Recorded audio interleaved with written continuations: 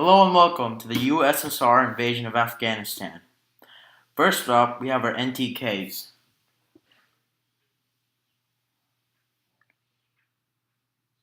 Next, here is my thesis statement.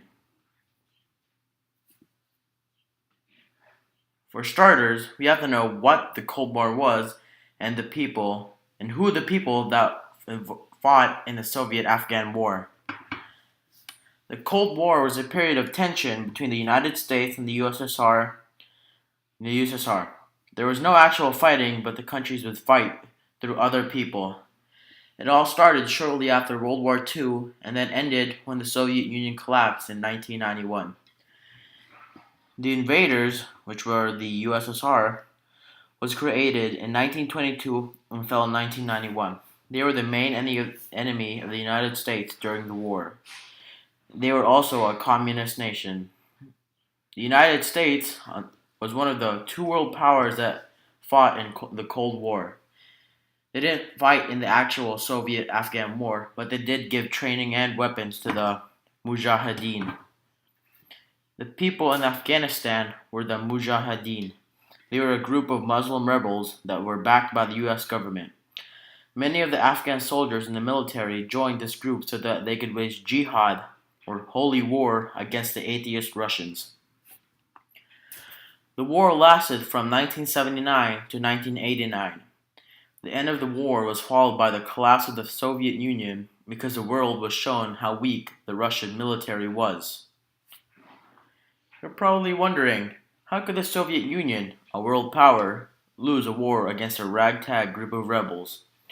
Well, the terrain of Afghanistan was too jagged for Russian tanks and vehicles to be useful, and also most of the rebels knew the land they were fighting on.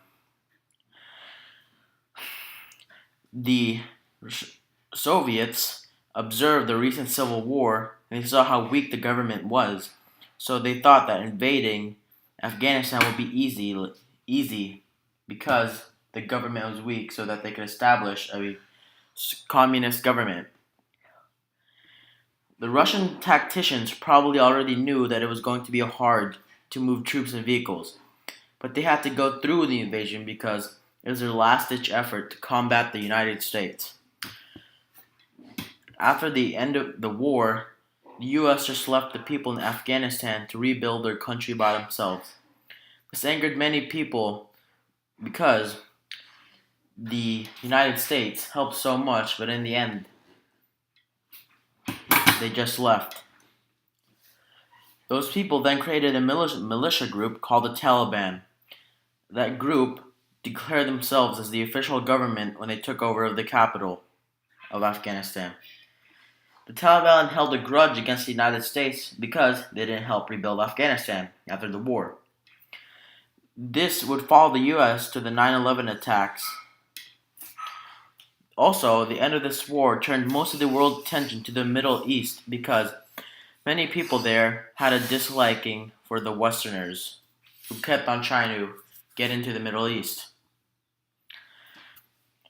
In September 11, 2001, a terrorist organization group known as the Al-Qaeda hijacked planes and flew those aircrafts into the Twin Towers. The people that planned the attack fled to Afghanistan because they knew that the Taliban had a grudge against the United States.